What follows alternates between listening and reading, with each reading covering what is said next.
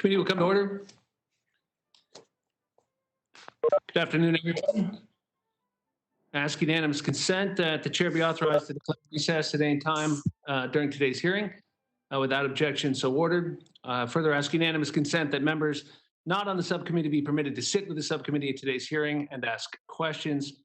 Without objection, so ordered. As this is a remote hearing, I'd like to remind members of some key regulations from the House Committee on Rules to ensure this hearing goes smoothly. I understand this is new to many of us, and so I ask your indulgence. Before I do that, I'd also like to just acknowledge that we're conducting this hearing as leaders in our communities at a time when our country is going through very difficult circumstances.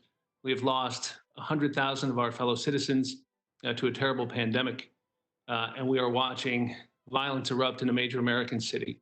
And so I ask that we all take a moment to pray for our country and for the people of Minnesota. And with that spirit of prayerfulness and justice, that we conduct ourselves in a way that lends credit to the House of Representatives. And I know the ranking member joins me in those concerns. So bear with me, everyone. Let's just go through some of the new procedures and facets of this remote hearing, although in most ways it will be very familiar and resemble the hearings that we do all the time. So a few things from the House rules. First, members must be visible on screen for purposes of identification when joining this hearing. Members must also continue to use the video function of today's software platform, that's Cisco WebEx, for the remainder of the time they are attending the hearing. Your video must be on unless experiencing connectivity issues, obviously, or other technical problems. If you're having such problems, please inform committee staff as quickly as possible so you can receive assistance. A chat function is available for the members on the Cisco WebEx platform for this purpose. Members can also call the committee's main phone line at 202-225-4472 for technical assistance at any time. Members are also not to participate remotely in any other proceedings that may be occurring simultaneously. It is the responsibility of each member seeking recognition to unmute their microphone prior to speaking. To avoid any inadvertent background noise, I request that all members keep their microphone muted when not seeking recognition to speak. Very similar to a committee hearing where you would not turn your microphone on unless you were speaking. So please, we all know the hazards of being unmuted when you don't want to be. My advice is make sure you're muted right now. The default function, as I understand, is that you will all be unmuted. So mute yourselves until you wish to be recognized. Should I hear any inadvertent background noise, I'll request you to do so. That is, mute your microphone. Finally, despite being a remote hearing, I want to emphasize that all the standard rules of decorum apply. As the chair of today's proceeding, I will make a good faith effort to provide every member experiencing any connectivity issues an opportunity to participate fully in the proceedings. Members will have standard 5 minutes to ask questions. To insert a document into the record, please have your staff email it to the committee's clerk, Mike Twincheck at mike.twincheck@mail.house.gov. This hearing is also being live streamed for the public to view. I'd repeat that, it is being live streamed for the public to view. I know many of us have participated in informal Zoom chats over the last few weeks. This is a public live stream of the committee's proceeding. Well, good morning. And welcome to the Transportation and Infrastructure Committee's first ever video conference hearing to examine the state of the U.S. maritime supply chain amid the COVID-19 pandemic. It is unfortunate that this pandemic prevents us from conducting this hearing in person, but the Subcommittee on Coast Guard and Maritime Transportation has been around in one form or another throughout our country's history, and I'm confident in the subcommittee's ability to address the unique issues facing the maritime transportation system as well as the U.S. Coast Guard. As we all know and adjust to this new normal, I look forward to working with Ranking Member Gibbs and other members of the subcommittee to ensure this body rises to the challenge that our country now faces. And I'd like to thank the ranking member in particular for his cooperation in our informal communications up to now. It's not the first time we've been in touch or working on the issues of concern to this committee, even though this is our first public live streamed hearing. So I want to thank him for his generosity and his accommodation at every turn. One cannot overstate the importance of our nation's maritime industry. In a typical year, over $4.6 trillion worth of commerce flows through a maritime transportation system that is rapidly becoming more complex and interconnected. Unprecedented safety measures and a recent decrease in cargo, some of which began before the onset of the pandemic, will challenge the industry for months and years to come. My hope is that this hearing will help the committee better understand the difficulties facing the maritime industry and identify areas of support that may be needed to ensure the seamless movement of cargo and protect the associated maritime jobs.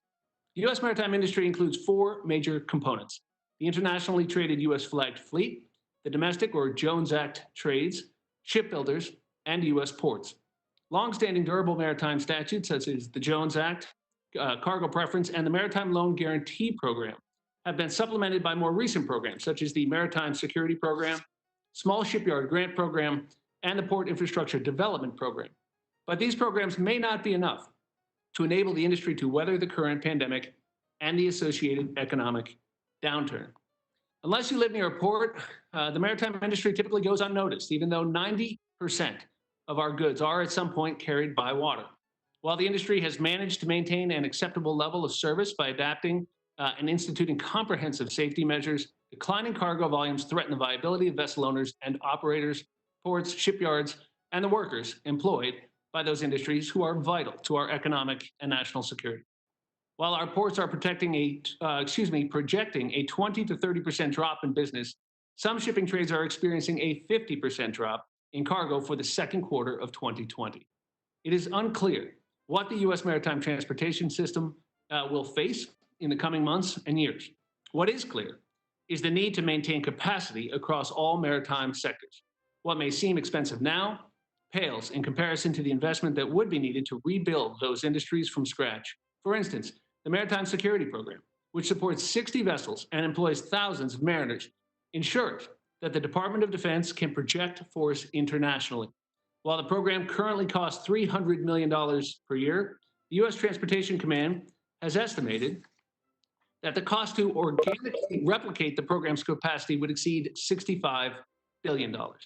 While I recognize that the Maritime Administration has recently released their long-awaited maritime strategy, the lack of a comprehensive plan with concrete goals, action items, and milestones remains a major hurdle for the maritime industry. Without a whole-of-government approach that addresses the entire industry, our maritime supply chain is at risk. The pandemic only amplifies that risk. Although I do not anticipate a positive message, I look forward to hearing from our witnesses, thank them for their participation, and I'd ask unanimous consent to assert a joint letter signed by 6 U.S. maritime labor unions into the hearing record without objection, so ordered. I'd now like to call on the ranking member of the subcommittee, my friend Mr. Gibbs, for any opening remarks. And a reminder to unmute yourself, Bob. Yeah, thanks. That was helpful. Thank you, Chairman Maloney. And also, I want to concur with your initial comments about operating during this COVID-19 virus unprecedented circumstances, and hopefully we're going to get out of this sooner than later. And also, the tragedy that happened in Minnesota, hopefully that gets resolved, and certainly don't condone any behavior that's going on out there with the riots and all that. So hopefully our friends, our former colleague, the governor out there now, they'll handle that. So today we're looking at impacts of the COVID-19 on the maritime supply chain. However, the coronavirus is not the only large-scale issue causing changes in the supply chain. Industry consolidation, rapid technological change, and changing trade relations with China have also had significant impacts. I hope we learn today about the relative importance of all those issues. After 9/11, the United States and much of our world updated their port security infrastructure and the framework under which port security infrastructure is regulated. Those updates and initiatives were focused on responses to violent physical terrorist acts. Since that time, first then cyber threats and now threats from the coronavirus have posed new challenges to ports and to the supply chain, which ports and vessels in the international and domestic trade vessels are part of. Like recent cyber attacks, the coronavirus response will pressure test the post 9/11 port security and determine whether post 9/11 upgrades were sufficient to respond to a wide array of pressure ports and vessel operators now face, or if the upgrades were too specific a response to potential terrorist threats. In addition to those external threats, there have been significant economic changes post 2008. Those changes are the result of the consolidation of container shipping into increasingly larger vessels owned and operated by ever fewer and more interconnected carriers. In addition, the increasing technological sophistication of logistics operations has also led to tighter, more consolidated schedules and, again, more interconnections within the industry. I look forward to hearing from our witnesses today about the challenges they face in keeping up with the rapid changes in the elements of the supply chain. Of course, we are interested in which of those changes are new and related to the coronavirus, and which are the combination of long-term trends and industry changes. I appreciate Chair Maloney in calling this hearing today. I look forward to seeing what we've learned, and what to learn. And I concur with you, Chairman, that the news might not be too good, but hopefully the news is going to show that we're moving forward in the right way and things are improving. Finally, Chairman, I want to remind members it is our responsibility to mute and unmute ourselves as we seek recognition and ask questions. With that, I will yield back and mute myself. Well, I thank the gentleman. I'd now like to recognize the chairman of the Transportation Infrastructure Committee, Mr. Peter DeFazio, whose leadership during this crisis has been nothing short of extraordinary. And I thank him for all he has done to respond to this unprecedented situation. Mr. Chairman. Thanks, Sean Patrick. Thanks to you and Bob Gibbs, ranking member, for willing to conduct the first ever virtual hearing for the Transportation Infrastructure Committee, a committee with more than 200 years of history. It's a fairly extraordinary day, but these are extraordinary times, and in order to get our work done, we're taking extraordinary measures. And this is the first big step toward fully actuating the committee so we can move forward, not only with hearings and oversight, but we can also move forward in the very near future to marking up significant legislation that the country needs. We had a briefing, I think it was 2 weeks now, from the MARAD administrator, and he painted a pretty grim picture of the conditions in the maritime industry, the loss of revenues and movement of freight and supplies. It's everywhere. It's not just in our major commercial ports. It's in many of our smaller ports. So I mean, the crisis runs bi-coastal. It starts in the small mid-emerging ports like Coos Bay in my district to the Port of Miami, Seattle, obviously down to LA, Long Beach. I see Alan there. We have to take action. As you pointed out, Mr. Chairman, this is a critical part of America's supply chain. It is the most important component. And unfortunately, given the definitions in the previous relief bills, we haven't done a lot for ports. They enjoy an odd sort of status, and they don't quite fit into any of the programs that have been adopted so far for the sorts of help they need. We need everything from PPE for port workers, and we've heard a good deal about that, to assistance to deal with the marine terminal operators. Business is way down. They can't pay their rent. The ports can't afford to not get the rent. It just perks up and down the whole chain. Harbor pilots, assist tugs, drayage operators, fuel bunkers. We can't have them all go out of business. Can't reconstitute this easily or quickly. We have to deal with the totality of this industry, not a particular segment. We're looking to develop legislation to provide the Maritime Administration with specific emergency authority to allow it to provide financial relief and assistance to each link in the maritime supply chain that serves both foreign and coastwise in the U.S. And as you pointed out earlier, Mr. Chairman, we are at this hearing, we will be making the case of the need for those funds so we can carry it forward to our appropriators and hopefully maintain the integrity of the system, which we're going to need now more than ever. With that, I yield back the balance of my time. Thank the gentleman. At this time, I'd like to recognize the ranking member, Mr. Graves. I don't see the gentleman. He may not be with us at the moment. Are you with us, Mr. Graves? Well, we can certainly come back to him if he's having connectivity issues. So let's move forward with our witnesses for today's panel. Let's thank them all for being here and welcome them to this remote hearing.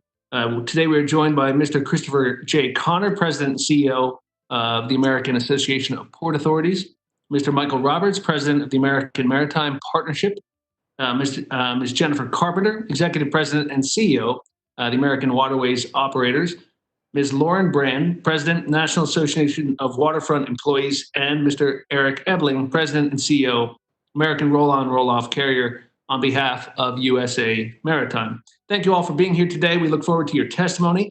Without objection, our witnesses' full statements will be included in the record. Since those written statements are part of the record, the subcommittee requests that you limit your oral testimony to 5 minutes. With that, Mr. Connor, if you would, please unmute yourself and you may proceed. Well, thank you, Chairman Maloney and Ranking Member Gibbs, for holding this important hearing on the impact of the COVID-19 pandemic on the U.S. maritime supply chain. My name is Chris Connor, President and CEO of the American Association of Port Authorities. AAPA is the unified voice of the seaport industry in the Americas, representing 78 public port authorities in the United States. My testimony today is given on behalf of state and local public agencies located along the Atlantic, Pacific, and Gulf Coast, the Great Lakes, Alaska, Hawaii, Puerto Rico, Guam, and the U.S. Virgin Islands. Our nation's seaports deliver vital goods to consumers, facilitate the export of American-made goods, create jobs, and support local and national economic growth. Ports also play a crucial role in our national defense, a point underscored by the designation of 17 of our nation's ports as strategic seaports by DoD. According to Martin Associates, an internationally recognized economic and transportation consulting firm, the total economic value generated in terms of revenue to businesses, personal income, and economic output at U.S. coastal ports accounts for $5.4 trillion, or 26% of GDP. Over 650,000 Americans are directly employed in jobs generated through the movement of marine cargo through vessel activity. Let me now tell you what seaports in your respective districts are currently experiencing. Containerized cargo declined by 18% in the month of March, year on year. Furthermore, ports have seen a significant increase in blank sailings or canceled vessel calls, resulting in revenue losses for port authorities.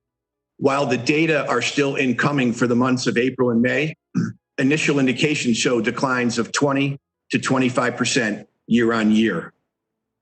Following the shutdown of auto production facilities in the Americas, Europe, and Asia, we have seen major reduction in ro-ro cargoes. One major West Coast auto port has experienced a 90% reduction in ro-ro cargo, with only 1 or 2 ship calls expected this month compared to a typical month of 16. At 2 of the largest bulk cargo ports in the United States, movements have declined 15 to 25% year on year. Bulk cargo movements, which includes agricultural products, energy commodities such as oil and coal, as well as chemicals, are down 27% year on year at one large Gulf port. Tourism at our nation's ports has completely evaporated. This has resulted in massive P&L impacts at ports that are heavily weighted in this sector. Indications are that certain South Atlantic seaports overall business is down between 50 to 80% as a result. Small ports around the country have been especially hard hit. At these ports, there are often only 1 or 2 types of cargo being handled. If demand drops, port operations can nearly cease. There are over 800 of these emerging harbors processing less than 1 million tons of cargo per year around the U.S. We're beginning to see furloughs and layoffs in the port industry, and we're also beginning to see that some ports are looking to forego planning for an investment in capital improvement projects. the implications of deferring or canceling investment or other capital improvement programs will be felt long after this pandemic and won't bode well for American efficiency in logistics, nor its competitiveness in global markets. For ports, as for other industries, the future remains uncertain. At this stage of the pandemic, hope for a quick V-shaped recovery have been replaced by the realization of a longer battle ahead. Many members of this subcommittee and a total of 85 members of the House voiced support for port relief in a recent letter to House leadership. You said it best in the letter when you wrote, "It is critical that all of our nation's ports receive much needed assistance to keep supply chains moving and keep both employees and customers safe." We agree. And AAPA urges that Congress include $1.5 billion in economic relief to our nation's public ports in the next coronavirus relief bill. This request is not about recovering lost revenue. It's about ensuring that ports are able to make bond and other debt instrument payments, keep pace with the accelerating cost of protecting workers, and ultimately ensuring that America's seaports and port workers maintain a state of readiness for the eventual economic recovery. Thank you again for inviting AAPA to testify today on this important topic, and I look forward to answering any questions you may have. Well, I thank the gentleman. I'll proceed to Mr. Roberts. You may proceed. Please unmute, and the floor is yours. Good afternoon, Chairman Maloney. Thank you, and Ranking Member Gibb. Chairman DeFazio, members of the subcommittee, I am honored to appear before you on behalf of the American Maritime Partnership, representing almost all segments of the domestic maritime industry and producing 650,000 jobs across the nation. My message is simple. I have seen firsthand how American Maritime has responded to this crisis, and I must tell you, I am so very proud to be associated with this community. Nobody knew how this was going to unfold, and there's still a lot we don't know. There are gaps in the rule book from this black swan event, but decisions have to be made, and these are the times when character and culture take over, when we make the best choices we can in good faith. Our industry wouldn't say there's some risk in being outside our homes, so we'll stay inside safe and COVID-free. American Maritime just wouldn't do that. We have to choose. We choose to go outside our homes so that the grocery stores in San Juan and Honolulu and Anchorage are stocked up, so that the basic commodities, lumber, iron ore, grains, petroleum, almost everything, building blocks for almost everything, those commodities can keep moving on our rivers and Great Lakes, so that our harbors are kept clear, and so that we can keep building modern ships to keep our supply chain working. I'm proud to be part of this community, and I'm grateful for the leadership that we've seen from our government. Admiral Busby started industry calls in March, and they have been invaluable for sharing information, what's working, what's not working, where we need help. I remember at the end of the first call, Admiral Busby saying, these are the kinds of times when leaders lead.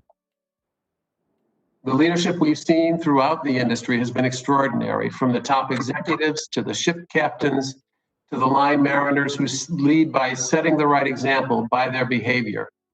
We've seen other organizations that have behaved differently. They throw up their hands and say, the government hasn't told us what to do. Maritime hasn't handled it that way. We have to figure it out. And I will single out one specific team among many, the Ship Operators Cooperative Program, which put together a thoughtful and detailed set of protocols for how to prevent COVID infection from reaching vessel crews and how to deal with it if it happens. Other groups have done similar work, and all of it needs to be updated almost constantly because more information keeps coming in. So my key message is that the character and culture of the American maritime industry is driving leaders at every level to find solutions to keep people safe and keep supply chains moving. I want to emphasize a point made in my written testimony, which is that a cargo ship should never be quarantined. A mariner who is sick with COVID should be removed and given treatment as safely and quickly as possible. The rest of the crew should safely come off the vessel and go to quarantine. The vessel should be thoroughly sanitized, a new crew brought in, and then resume providing the essential services to the communities they serve. Leadership in times like this requires exercising judgment, using a 360 view of everything impacted by a decision. Quarantining a ship, sending it to anchor is less safe to the local port community and everyone else involved than sending the ship to a secure terminal where the best controls are in place. Finally, it is the 100-year anniversary of the Jones Act, a perfect opportunity to celebrate the dedication of the men and women of American Maritime, those whose actions throughout this crisis and many other crises over the years exemplify the character that I've been talking about. It is also disappointing that a few people have chosen to use this crisis to attack American Maritime because we're not as cheap as the Chinese maritime industry. As this subcommittee heard last October, the Chinese maritime industry serves China's interests quite well, controlling ports at key locations around the world, using government subsidies to dominate shipbuilding and global shipping so that they can dominate global trade. And in this country, there are some who seem to think that's okay. They will gladly sideline American mariners and destroy this maritime industry that contributes so much to safety and security so that they might get shipping services a little cheaper. It's unfortunate that they tried to use this terrible crisis and the 100-year anniversary of the Jones Act to pursue that goal, and we appreciate this subcommittee's support in rejecting those efforts. With that, I want to thank you again, Chairman Maloney, Ranking Member Gibbs. Both of your leadership has been exceptional, and we'll welcome your questions. Thank you. Thank you, Mr. Roberts. Ms. Carpenter, you may proceed. Thank you very much, Mr. Chairman, for the opportunity to testify on behalf of America's tugboat, towboat, and barge industry. The first thing I want to tell you today is that the domestic maritime supply chain has proven resilient in the face of COVID-19. While cargo volumes are down in many sectors due to depressed demand, mariners have continued to report to work, vessels have continued to operate, and the industry has adapted to maintain operational continuity and readiness. As our nation takes the first steps toward reopening, the domestic maritime supply chain is capable of accommodating increased demand and well-positioned to support the long road to recovery. Our industry has been able to maintain business continuity because employers recognized early on that protecting crew member health and safety is the key to keeping commerce flowing. A tow on the river or an articulated tug barge unit at sea is effectively self-quarantined, and companies quickly put in place procedures to keep the virus off their vessels. These include pre-screening crew members prior to boarding, modifying crew change procedures, minimizing non-essential contact between crew members and non-crew members, and more stringent vessel cleaning and decontamination procedures. Crew members have taken seriously their status as essential workers and taken steps to safeguard their health while off duty. And the U.S. Coast Guard has been proactive and cooperative in working with industry to meet regulatory objectives while reducing health and safety risks. The result of these efforts has been to keep COVID-19 infections among the mariner workforce to a minimum. Your leadership in holding this hearing tees up the question, what can Congress do to support the continued resilience of the maritime supply chain? In testimony before this subcommittee last spring, I highlighted 4 pillars that enable our industry to do its essential work: the Jones Act, modern, well-maintained ports and waterways infrastructure, a nationally consistent system of laws and regulations governing vessels and interstate commerce, and maritime safety. Congress's support for these pillars is especially important today. The Jones Act is more relevant than ever, as both the pandemic and the prevailing geopolitical situation underscore what a bad idea it would be to relinquish control of our domestic maritime supply chain to foreign companies and foreign mariners. Thank you for your leadership in opposing opportunistic calls to waive the Jones Act and break faith with the American companies and American mariners on the front lines of keeping our economy afloat. Investment in ports and waterways infrastructure is an investment in American jobs and competitiveness that will help our economy get back on its feet. We thank you for your past leadership and ask for your continued support to pass a Water Resources and Development Act, increase investment in locks, dams, harbor maintenance, and dredging, build the next generation of Coast Guard buoy tenders, and ensure the funding to keep them operating. As we recover from the economic shocks of the pandemic, we need to ensure that our waterways are open for business and in condition to accommodate increased demand. Our industry's experience during COVID-19 has also underscored the importance of uniform federal laws and regulations governing vessels in interstate commerce. As state and local stay-at-home orders proliferated this spring, we could have experienced catastrophic disruption in the maritime supply chain. We didn't, largely because the federal government acted quickly to codify the status of maritime businesses and workers as essential critical infrastructure that needed to continue unfettered operations. The lessons of this experience are clear. Just as a patchwork of stay-at-home orders is incompatible with the effective functioning of the maritime supply chain, so is a patchwork of state and local regulations established for other purposes. Finally, maritime safety. Our industry's experience with COVID-19 demonstrates that good safety is good business. As we manage the health and safety challenges posed by the pandemic, we urge Congress to support our efforts by supporting prioritized access to testing for COVID-19 for crew members, enacting targeted temporary liability protections for maritime employers who make good faith efforts to abide by applicable public health guidelines to protect their employees from COVID-19 while preserving legal remedies against employers who engage in reckless or willful misconduct, and enacting the Coast Guard Authorization Bill, which includes a number of provisions to promote marine safety. Thank you very much. We look forward to working with you to apply the lessons of this pandemic and strengthen the resilience of the maritime supply chain. Thank you, Ms. Carpenter. Ms. Brand, you may proceed. Good afternoon, Chairman Maloney, Ranking Member Gibbs, Chairman DeFazio, and members of the subcommittee. My name is Lauren Brand, and I'm president of the National Association of Waterfront Employers. The members of NAWI and I thank you for keeping our nation's ports open during this global pandemic. Your designation of waterfront workers is essential, and your recognition of the entire port ecosystem as being critical has strengthened our commitment to work. NAWI is the voice for the U.S. Marine Terminal operators, stevedores, and operating port authorities. We represent interests in U.S. coastal ports and U.S. territories. Members also include the associations responsible for labor relations and contract negotiations with the ILA and the ILWU, from Maine to Texas and from Washington to California. Port operators are responsible for safely and effectively transporting cargoes between vessels, trucks, and rail. NAWI's members lease waterfront land from public port authorities, and they build their own facilities. Within their terminal area, they hire labor. They fund the purchase of cargo moving equipment, construct intermodal infrastructure, and design systems that track each shipment.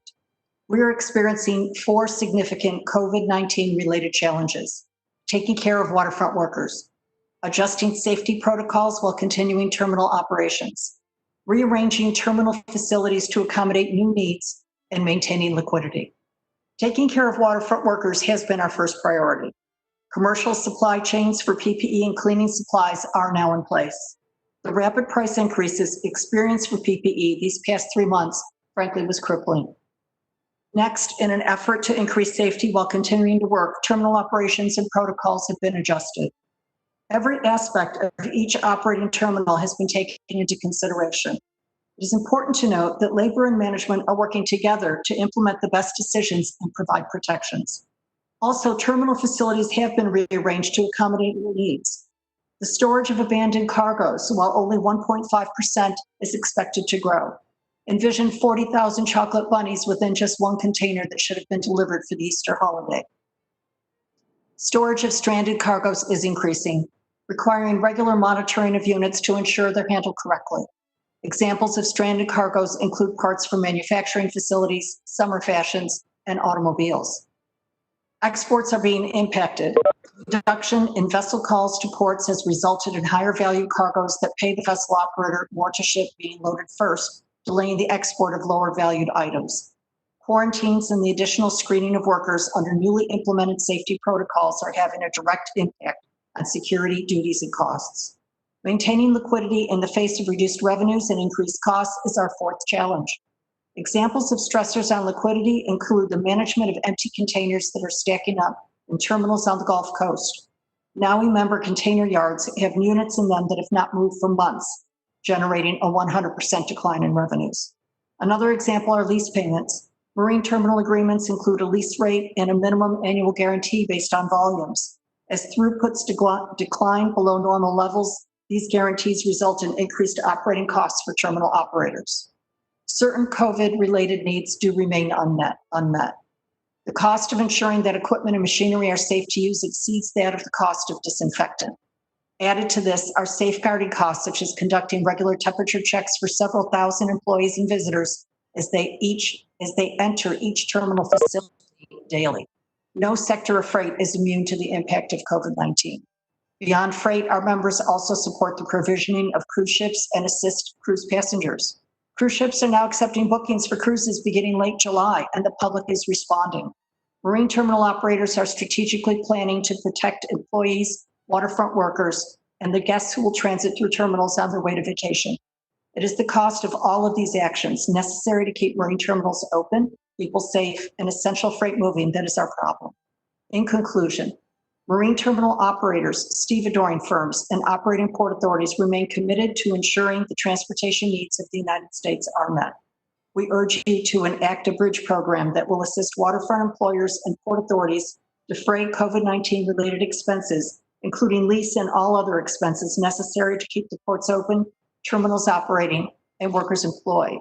Thank you for this opportunity. We appreciate the dedication of the subcommittee and their continued support for U.S. port operators.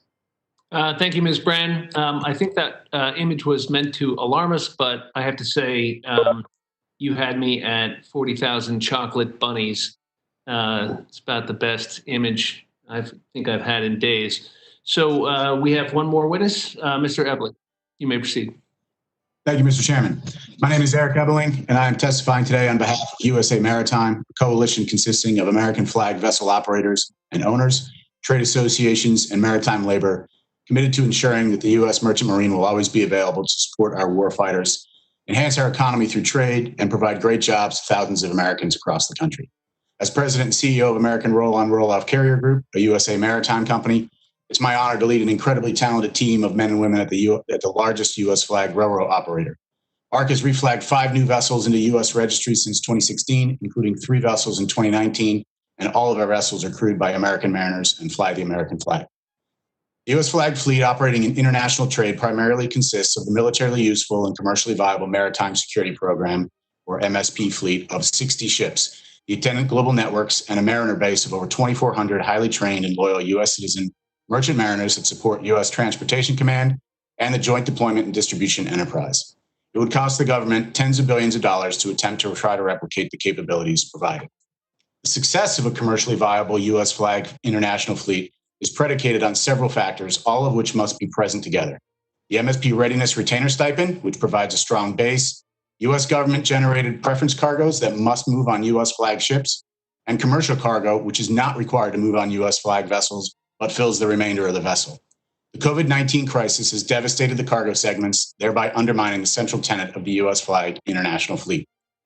The latest statistics compiled by MARAD for April 2020 show government-impelled revenue declined by at least 47% across the MSP fleet versus April 2019. Globally, there are currently 524 container ships in layup, equivalent to 2.65 million TEU capacity. And on the RoRo side, global light vehicle sales in April dropped 45% year on year. A particularly telling statistic is that USMCA area produced only 4,840 light vehicles in April, which would not even fill one PCTC RoRo vessel. Smart and effective maritime policy, whether legislative or executive action, has always underpinned the success or failure of the U.S. flag fleet in international trade. And the COVID-19 crisis is no exception. Some have not unreasonably queried whether U.S. flag carriers operating under MSP can access $17 billion set aside for defense contractors under the CARES Act. Due to the DX priority or valid top secret requirements, they cannot. The fundamental question is what level of readiness is being sought for the U.S. flag MSP fleet in international trade. The stipend by itself is not enough to maintain any approximation to normal service. Congress and the administration should consider 3 actions to ensure that the MSP fleet and the thousands of mariner jobs that go with it remain at the ready to support national defense and economic security missions. First, Congress should consider an emergency stipend through the remainder of FY20 and, if necessary, beyond, aimed at addressing the extraordinary costs for readiness that are being borne by MSP carriers. Put another way, carriers would be compensated for their maintenance of service and readiness, as opposed to putting ships in cold layup or scrapping or recycling or flagging out, as carriers might otherwise do if not dedicated to supporting DoD and the JDDE.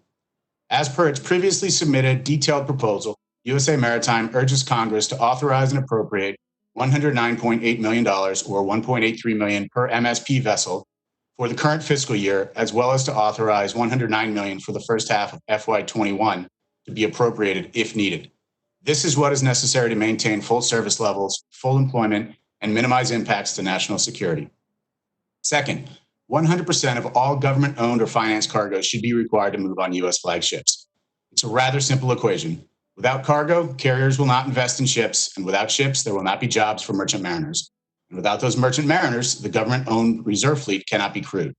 In a letter addressed to this committee dated May 15, 2020, signed by Transcom Commander General Stephen Lyons, he called for requiring, quote, 100% of all government-impelled cargoes to be transported on U.S. flagged vessels, close quote. USA Maritime strongly endorses the recommendation. Third, consider accelerating the recapitalization of the government-owned sealift fleet, specifically the Ready Reserve Force fleet, in the most cost-effective manner, which is to buy used foreign-built ships with a first priority for used MSP or visa ships. 86% of the 35 RoRos in the RRF today were foreign-built, so this would hardly be treading new ground. RRF ships today average 45 years old, and RRF sealift readiness rates are only 59%. But as a result of the COVID crisis, there are now more readily available used foreign-built ships. DoD should act on the 7 authorizations already in place, and Congress should authorize and appropriate for additional purchases in the near term. This subcommittee and the members of it have been stalwart supporters of our U.S. maritime industry. You understand well the many sacrifices that American mariners endure to service this nation, including during this pandemic, as these essential workers continue to deliver the goods. I close by highlighting another excerpt from the aforementioned Transcom letter to this committee, dated May 15th, in which General Lyons stated, quote, given the economic downturn as a result of COVID-19, I urge you to favorably consider the relief requests from visa and MSP carriers. Thank you for the opportunity to be here today. I look forward to any questions you may have. Thank you, gentlemen. We will now proceed to members' questions. Just a word to those who may be new to the technology. If you participate using the grid view, you'll also see one of the grids is occupied by the 5-minute clock for purposes of monitoring your own time. May be useful. Also, a reminder: you're 4th or 5th today. You are presumptively unmuted, so you all have yourselves muted. Please continue to do so unless you are recognized. Now, proceed to 5-minute rounds of questioning, and I would like to yield to the chairman. Mr. Chairman.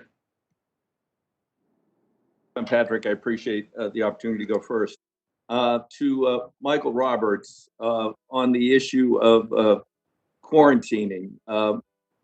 Is this an ongoing problem where crews are being quarantined on freighters, or have we gotten past that?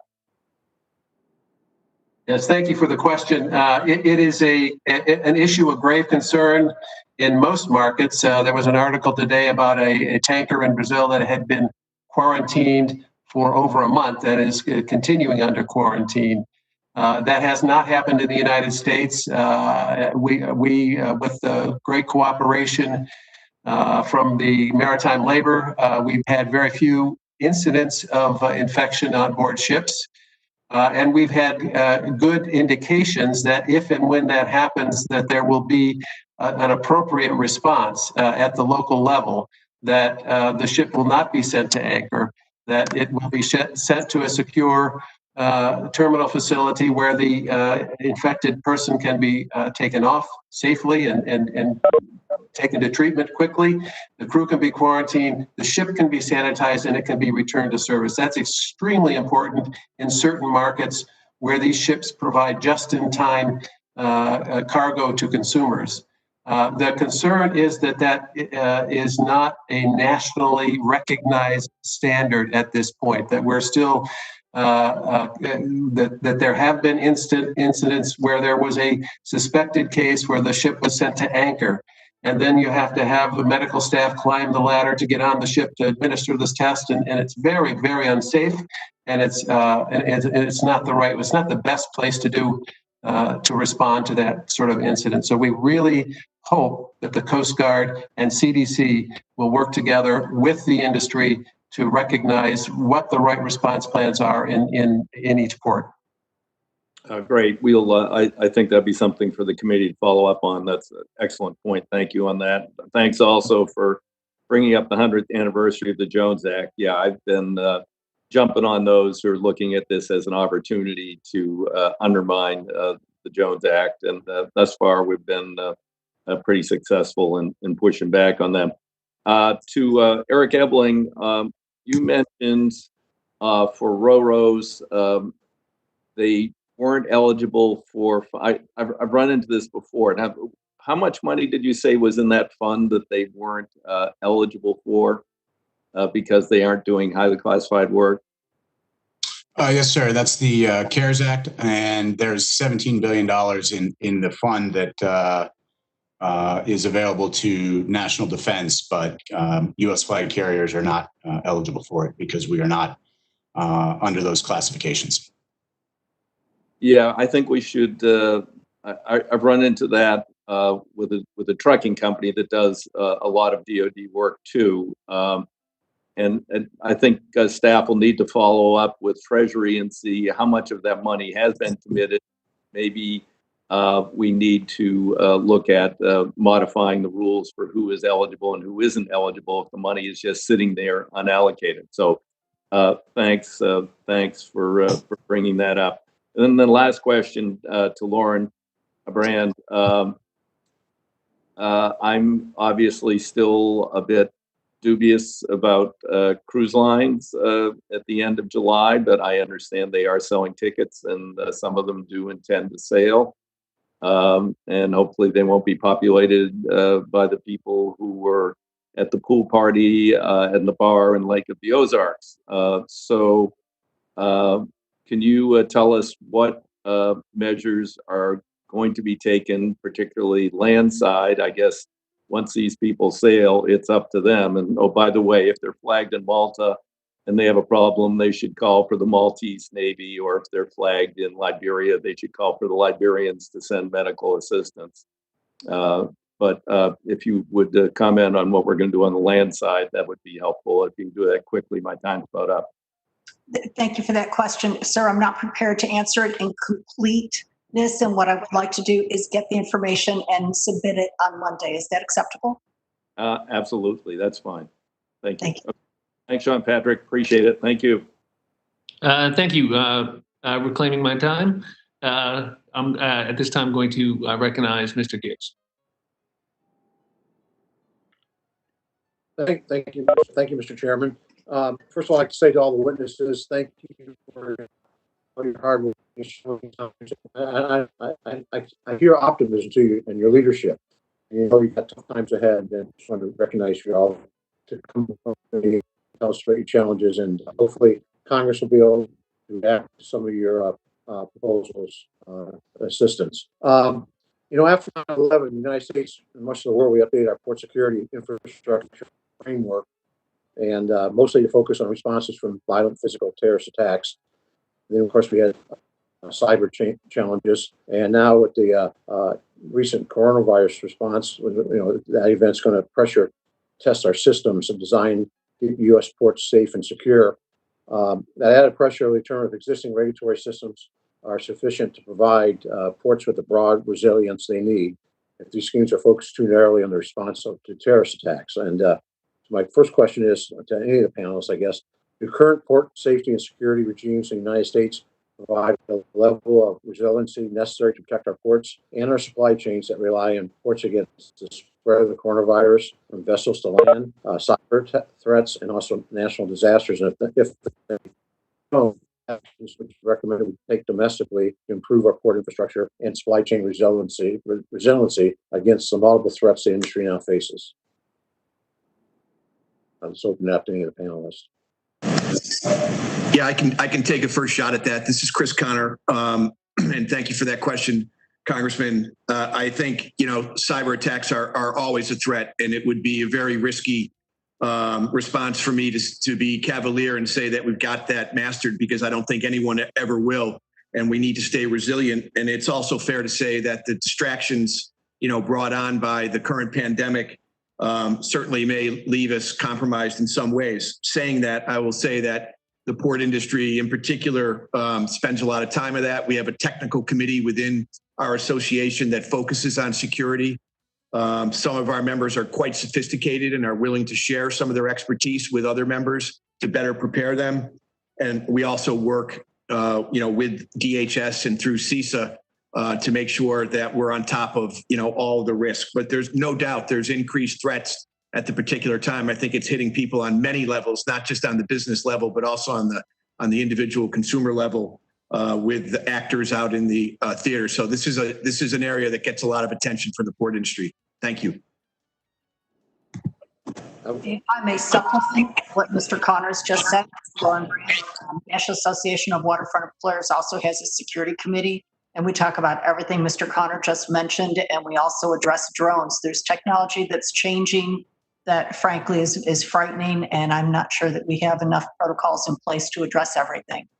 We work very closely with DHS and the other agencies that impact this issue.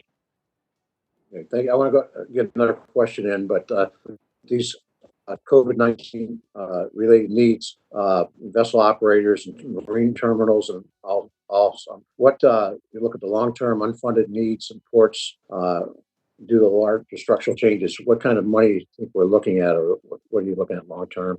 Any idea? I guess I might go to Ms. Brand, maybe. Thank you very much for the question, sir. Unfortunately, you cut out a little bit. I just wanted to make sure that the question is, what's the projection of what would be needed to assist with the COVID-related expenses that we're enduring? Yes, okay. Basically, yes. Our association believes that about $400 million should help ports and terminal operators with just PPE, cleaning supplies, and incidental changes made to facilities, separating people, social distancing, the things recommended by the CDC. As I said before, cleaning of equipment costs more than the actual cost of the disinfectant itself. So about $400 million would just be that one expense, sir. And then about $1.5 billion might cover everything else. Okay. Okay. Does anybody else want to respond? Okay. Well, I'm just about out of time. I'll go back, Mr. Chairman. Thank the gentleman. I'd like to now proceed to Mr. Larson, although I understand Mr. Larson may be having connectivity issues. Rick, are you with us? Yeah. Yes, I'm with you. Oh, hello. We can see you. Go ahead. You may proceed. Yeah, thanks. I think it's, I think I have it figured out, but I'll pass on later what I think happened. So thanks so much. First questions for the brand. Let me just bring it up here. It has to do with maybe challenges. It's probably all ports, but a lot of temperature sensitive cargo goes to the Pacific Northwest, and egg products, seafood, and so on. With the pandemic impacts on supply chains, are you seeing any issues with the export of these temperature sensitive products, and what are your members doing to resolve that? Naturally, the members know when the product hits the terminal what kind of special care that commodity needs or that container would need. I've not had any complaints from anyone about things being left behind that are temperature controlled or sensitive like food products. So I will look into it, and I will give you a report back early next week if that's acceptable. I'd also like to say the only product I've heard that's being left at the dock are the real low value items, waste paper, items like that. Oh, really? Okay. Also, in terms of the supply chain, have any of you, maybe I'll start with Mr. Roberts, what we're doing in our office, just as a matter of course, we're looking at what we need to keep doing after we get through the pandemic and what we're going to stop doing and get rid of and never do again because of the pandemic. Are you learning any lessons about the supply chain that you're going to incorporate moving forward that would be helpful for us to understand and know about in terms of our future legislative planning for Mike Roberts? Yes, thank you. That's a very good question. We're certainly paying a lot of attention to and seeing extraordinary changes in how we do work in the office and on the docks and on the ships. And I'm certain there will be lessons applied going forward. Certainly use of technology as we see today is an eye opener.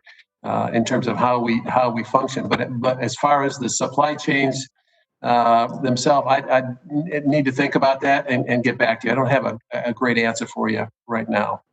That's fine. Mr. Connor? Yeah, I will say that the industry in general has experienced remarkably low incidence of COVID outbreaks, on the port footprints, and I think that speaks to the amount of emphasis that both labor and port authorities and marine terminal operators have put into keeping port workers safe. I think it would be a sad outcome to this, this terrible pandemic we've gone through, not to have some profound changes in the way we all work. I have no doubt we'll see, very interesting developments in the terms of especially where people are, touching equipment and things like that, seeing significant improvements. That's already happened. And not to mention the more obvious one where administrative employees found out that we, in many cases, can be pretty darn productive, working in a non-congregated environment. So I think there's lots of lessons, and that story will be told for years to come. Now, I find my staff's a lot more productive too, and I'm not going by their desks and asking them to do all sorts of things as well. 10-4 on that. Ms. Carpenter, do you have an answer to that question? Any changes you see coming? Highlight in particular the use of remote audit and inspection techniques. So our segment of the industry, the tugboat, towboat, and barge industry, is halfway through the phasing in of a very significant regulatory change, towing vessel inspection, or subchapter M. By July 20th of this year, 50% of the U.S. towing vessel fleet needs to have certificates of inspection. And then COVID-19 hit. And so we had to work creatively with the Coast Guard to figure out how are we going to keep getting audits and inspections done while keeping mariners safe, recognizing sometimes you need to defer. This is going to be with us for a long time, and we need to figure out how to do business safely. So we've had very good success working with the Coast Guard, working with Coast Guard approved third-party organizations to use remote audit and inspection techniques to supplement what takes place face-to-face. And I think that's something we're going to continue to refine and improve going forward. Okay, thank you. Thank you, Mr. Chairman. Thank the gentleman. Mr. Weber. Well, thank you, Mr. Chairman. I appreciate y'all holding this, and I appreciate you making the recommendation that you go to grid view. Can y'all hear me okay? We can hear you fine. Okay, thank you. And when I finally got to grid view, I got to see Alan Lowenthal, and I thought, man, he's wearing a mask, one of those COVID masks. But it actually turns out he has a beard. I don't know how many of y'all thought that. But anyway, it's great to be on with y'all. I appreciate that opportunity. Some questions I want to start with, probably for Chris Connor. You said in your remarks, Mr. Connor, that the supply chains are changing and there's autos and others, and you named a whole bunch of stuff. How long, I know this is speculation, pure speculation, and we'll go to Jennifer, maybe Ms. Lamb, or the other lady later. How long do you think supply chains are going to be interrupted to the point that from a strategic planning point, y'all are going to begin to outline new supply chain, processes, and hoping we can keep as much in the United States? Have y'all looked at that? Any projections, Mr. Connor? Well, as I mentioned, I think initially, like most of us, everybody back in March thought or hoped, really, it was more hope than thought, we'd have a quick V-shaped recovery. I think time and the reality of the complexities of this pandemic have had a reality check for all of us. And we now project, this is going to be with us, I think, reasonably at least through the end of this calendar year, 2020. So that's the volume downturn that we're going to experience. I think supply chain disruptions is probably a different discussion and maybe a more complex one as we try and repatriate certain essential products and certain goods back to the U.S. so that we don't put ourselves in this exposed position ever again in the future. Well, that's our hope, of course. Have you identified certain other countries? And of course, I know China is the main one in the discussion right now, but other areas where we might be thinking of maybe drawing back and trying to do a little bit more business at home. Have you identified those potential interruptions? Not as yet. I think we've been kind of fighting through the crisis, but I think that's a conversation that I think not only the seaports industry, but the entire logistics industry would like to be a part of, because I think it's an important one we should have as a nation. All right. Thank you for that. Mr. Ebling, you made some comments that there was an emergency stipend needed for MSB carriers where they might wind up flagging out. Explain that. Yes, sir. This is more of a maintenance of readiness issue. So as I think the committee is well aware, the MSP stipend today is $5 million per ship per year, and there are 60 enrolled vessels, total program at a cost of $300 million per ship per year. Usually that works in concert with the carriage of U.S. flag preference cargoes and U.S. flag commercial cargoes. This is more of a but-for issue here. So normally carriers would probably be taking actions in terms of laying ships up or reducing or changing service profiles. And what's happening with the MSP fleet is they are all maintaining service, but in order to maintain that service and therefore readiness for the Department of Defense, we believe that it is appropriate to have a additional stipend of $1.83 million per MSP vessel in order for those ships to remain in service and the crews fully employed on board those ships. So I apologize if I made a misleading statement there, but so that would include PPE, sanitization, and all of those kinds of things. Is that what you're driving at? Some of it is the additional costs that are being borne by carriers, and some of it is the lost revenues. Those total in the hundreds of millions of dollars. This is not necessarily to make up for that. It is more just the maintenance of service and the maintenance of readiness in support of our partners at DoD. Thank you for that. And finally, I go to Ms. Brand. We're glad you're here. You talked about in your remarks about tequila being made into hand sanitizer. Was that done in Galveston, Texas? Do you know? Yes, sir, it was. My district just wanted to say, Mr. Chairman, I yield back. I thank the gentleman, and I thank him for his comments on members' appearance. Might be a good time to reference House Resolution 965, Regulation D2, which requires members to conform to the standards of proper attire as required to participate in the committee's in-person proceedings. I think that one probably speaks for itself. With that, Mr. Garamendi. Garamendi, you may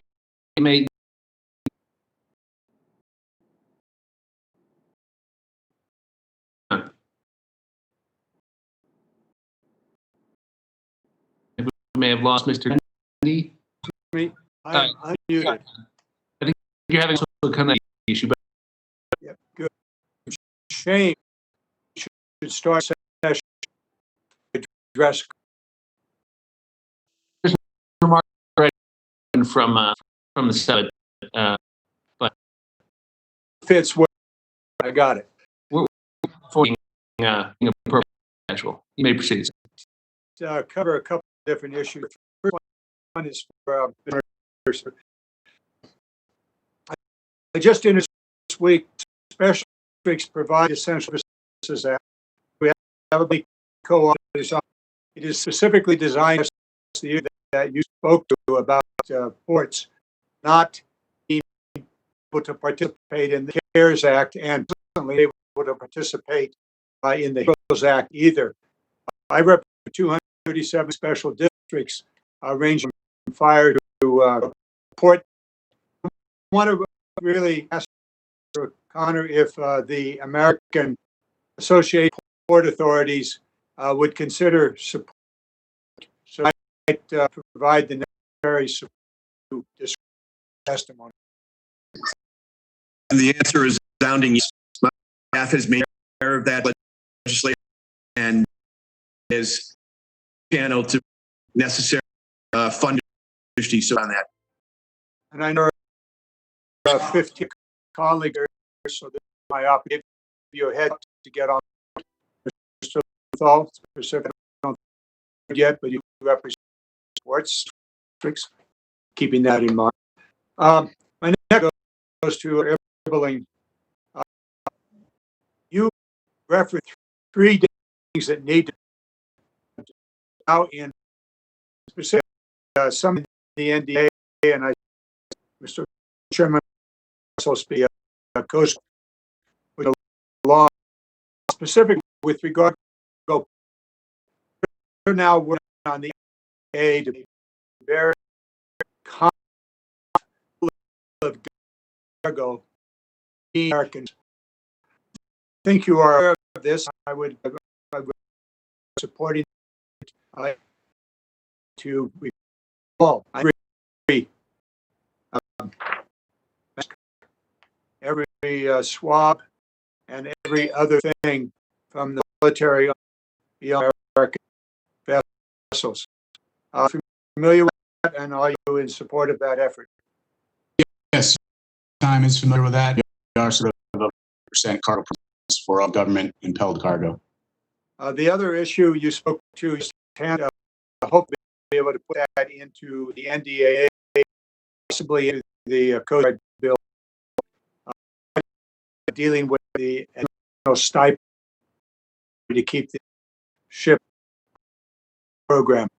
So working on again in this order that my colleagues that are not yet with these issues. Those are the two I have in mind. Thing is all of our attention, and I know that all of the witnesses have engaged in this, and that is the National Fleet Strategy, essentially using the ships. They can be militarily used to address shortfall that occurs in the sea surge potential that we do not have, but should going forward. National strategy is using the to make our early, and then show into the Jones Act be made in a way that is really useful and supporting with federal money, Department of Defense. For the thank you very much. Watch my vote forth. I yield back. I think the gentleman more than accustomed first ever. You may. Thank you, Mr. Chairman. I put a tie on as soon as you mentioned that. I didn't want to shame you. I will not paint it down, however, to you as to I'm wearing shorts. As we appreciate bringing credit to Representative. Thank you. So when I spoke to the Port of Green Bay and my district, their current needs, the first actually was constructing a new Great Lake icebreaker. I know it may seem like a bit non-sequitur, but lakes are dependent on ice breaking from the Coast Guard season, which ongoing when coronavirus hit. We can't wait during season. My question for the whole, perhaps Ms. Hartman could start, is what if the MAC breaker service or maintenance? How much affect the economic response during months we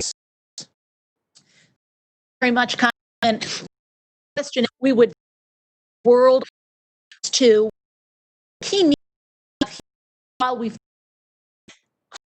specific like priority to mariners of things all under the jurisdiction of the Transport Committee, critically important in the supply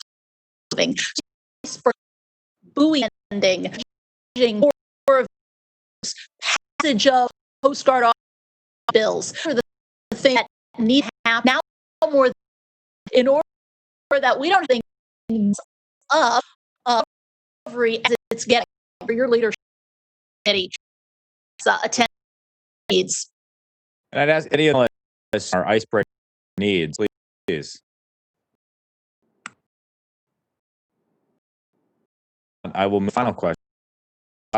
Is another sort of pointer single for the Great, which the Sioux Lodge, which closed they're on March 5th. Again, just the virus was hitting the United States. Hypothetically, would and had the Sioux Locks malfunctioned at the beginning of this crisis, might have impaired the ability to respond, break, including PPE to combat coronavirus. I don't know who wants to take that. I'm gonna pick on Ms. Carney.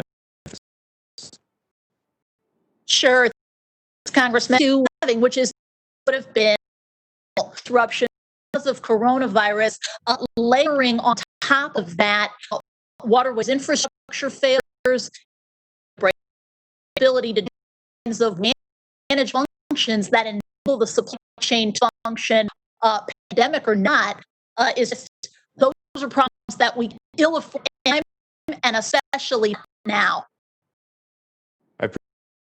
I guess my only line of, I think we learned a lesson with coronavirus beyond the subject we're talking today about various of in our supply economy. We have existing single player when it comes to a lot of things directly affect the Midwest every single year, and we draw our eye off all yield time. Thanks, gentlemen. Ms. Lowenthal.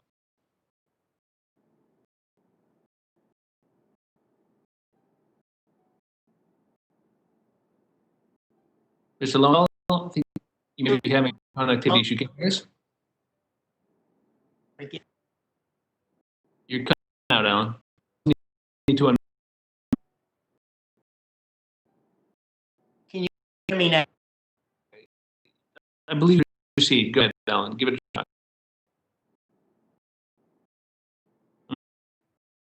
It appears as though you are still muted, Alan. You may want to mute as well.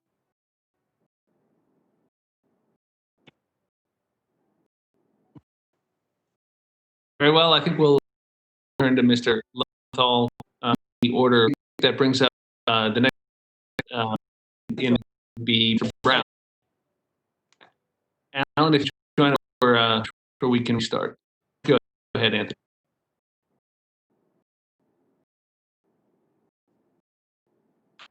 Would you like to? Thank you, Mr. Chair. All these different platforms, I always try to unbut, but for hosting this subcommittee hearing, timely gate in the Transportation Infrastructure Committee in holding a virtual or online remote hearing. The PAR's host of East Coast. It has a portfolio of containers, automobiles, farm equipment, roll on, roll off cargo, force, and it's ranked first among sports volume for the 9th consecutive year. While the more saw a record-breaking year in 2019, the COVID-19 pandemic impact on its as imports not only the but the in April, total tonnage 0.8 from the year, the steepest since the virus pandemic began. For the most part, the port of Baltimore has remained open and operational. However, ports in Chesapeake, the port public-private partnership continues to adjust their hours of the Seagirt terminal. Closed times in the last months due to container buy-ins. Mr. Question for you, general question. The automobile industry is key to the Board of more success in your written testimony. You that while the big automakers have recently brought production online, remains certain and its may impact market segment. So how can Congress better support the port, all ports, but certainly the Port of Baltimore, if the bill roll cargo volumes not bad? Yeah, Congressman, question simply state, the relief asked for, it would come to bridging the gap to normal volume and Baltimore experiencing, as referenced. I would say that what we're experiencing in June will be much worse than I said, is in April, we had residual volume that we're going through the supply chain. In May and June, they're, if any, production only now starting to resume from European, from Asia, as well as U.S. plants exporting overseas. So I think what you do is support us the aid that's being here today. Thank you. More questions with my time remaining for Carpenter. Testimony mentioned regulation help make time supply more. Big example influence state, local, and traffic during of the pandemic, and what takeaways can you give us? Thanks, Congressman. I think what we see from the pandemic is a really good example of how things work of cooperative action between federal government. So government security and infrastructure has designated maritime transportation as a critical infrastructure. When some locality and to issue stay-at-home orders, many of them incorporated that reference. In a couple of cases, they didn't, and we had the potential for some bottleneck when, for example, from Louisiana to Texas, actually going to permission on a case-by-case basis to enter the state. But what we saw there was very good cooperation, recognizing the criticality of maritime transportation, and through that bottleneck. We'd love to see that going forward. The way seems to be that things are working well, coordination is happening. That's your.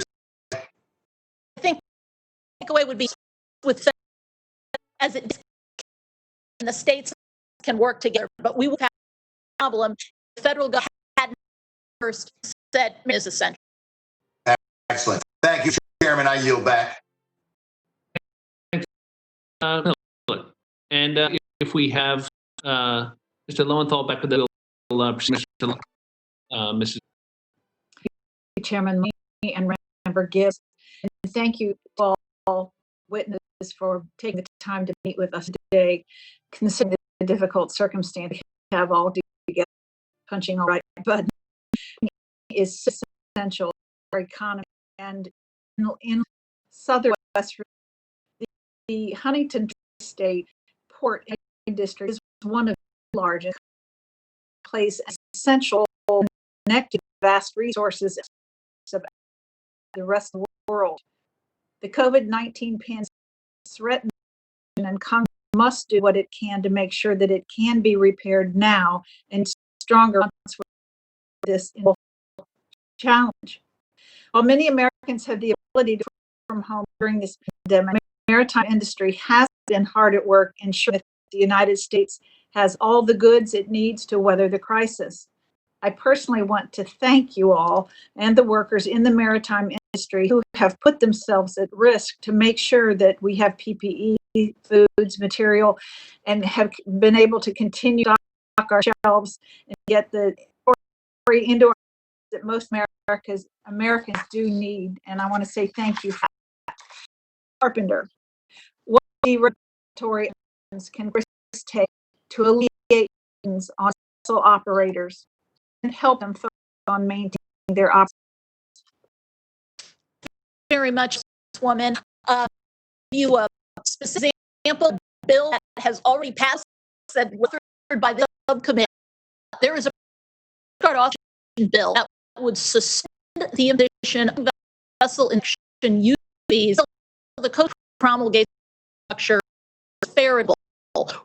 We have a situation where a company that is operating 100 towing vessels would be paying $100 fees negative monies that are already on coast approved thirds who were performing.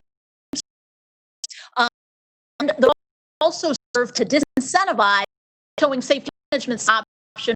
Coast Guard has is the third option of its safety. So this fee will eliminate costs and will not have any deleterious effects. It's a no-brainer. I really thank subcommittee's leadership. We look forward to passing as soon as possible. Thank you. In your testimony, you mentioned the need for nationally regulations to help make the maritime supply chain more effective.